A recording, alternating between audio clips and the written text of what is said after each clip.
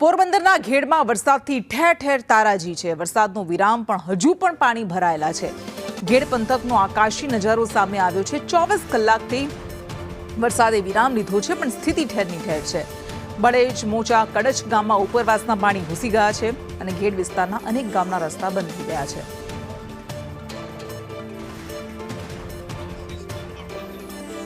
વધુ વિગત સાથે સંવાદદાતા આશીષ પોપટ આપણી સાથે જોડાઈ ગયા છે। આશીષ, ઘેડ પંથક જળબંબાકાર થઈ ગયું છે, આટલા કલાકો વીત્યા, અત્યારે હાલ કેવી પરિસ્થિતિમાં લોકો જીવી રહ્યા છે?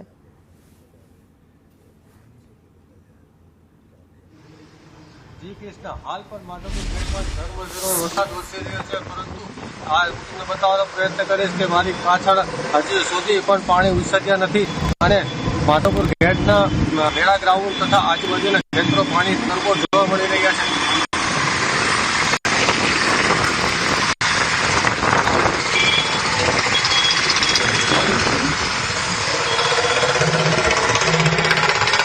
દ્રશ્યો આપને બતાવી રહ્યા છે, જ્યાં જુઓ ત્યાં માત્ર ને માત્ર પાણી નજરે પડી રહ્યું છે।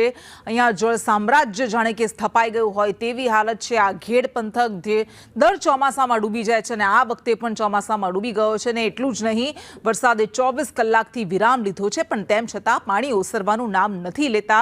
લોકો પારાવાર મુશ્કેલીનો સામનો કરી રહ્યા છે। આ ઘેડ પંથક જાણે કે દરિયો બની ગયો હોય તેવી સ્થિતિ છે। લોકોના ખેતરોમાં પાણી ફરી વળ્યા છે, લોકોના ઘરોમાં પાણી ફરી વળ્યા છે, બધે જ અત્ર તત્ર સર્વત્ર જળબંબાકારની સ્થિતિ છે।